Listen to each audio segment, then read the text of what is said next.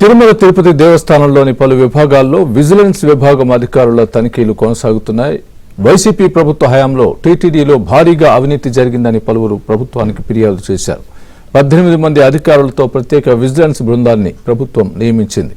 దీంతో రంగంలోకి దిగిన విజిలెన్స్ అధికారులు 2 వారాలుగా తిరుపతి, తిరుమలలోని పలు విభాగాల్లో సోదాలు నిర్వహిస్తూ పలు కీలక దస్త్రాలను స్వాధీనం చేసుకున్నారు.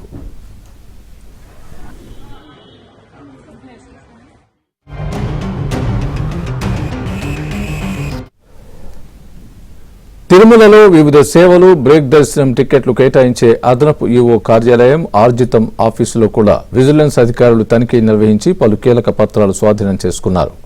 విధులు నిర్వహించే సిబ్బంది స్టేట్మెంట్ రికార్డింగ్ చేశారు. ఇంజనీరింగ్ పనుల్లోనూ భారీగా అవినీతి చోటు చేసుకుందని ఆరోపణలు రావడంతో ఇంజనీరింగ్ శాఖ కార్యాలయాల్లో సోదాలు నిర్వహించారు.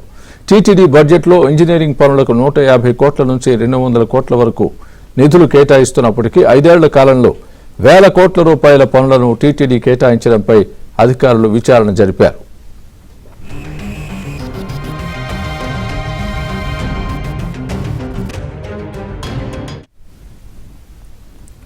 పాలక మండలి తీర్మానం అడ్డుపెట్టుకుని అక్కడి సిబ్బంది భారీగా అవినీతికి పాల్పడినట్లు గుర్తించిన విజిలెన్స్ అధికారులు కొద్ది నెలలుగా రెవెన్యూ విభాగం అధికారులు జారీ చేసిన ప్రొసీడింగ్స్ ను క్షుణ్ణంగా తనిఖీ చేస్తున్నారు.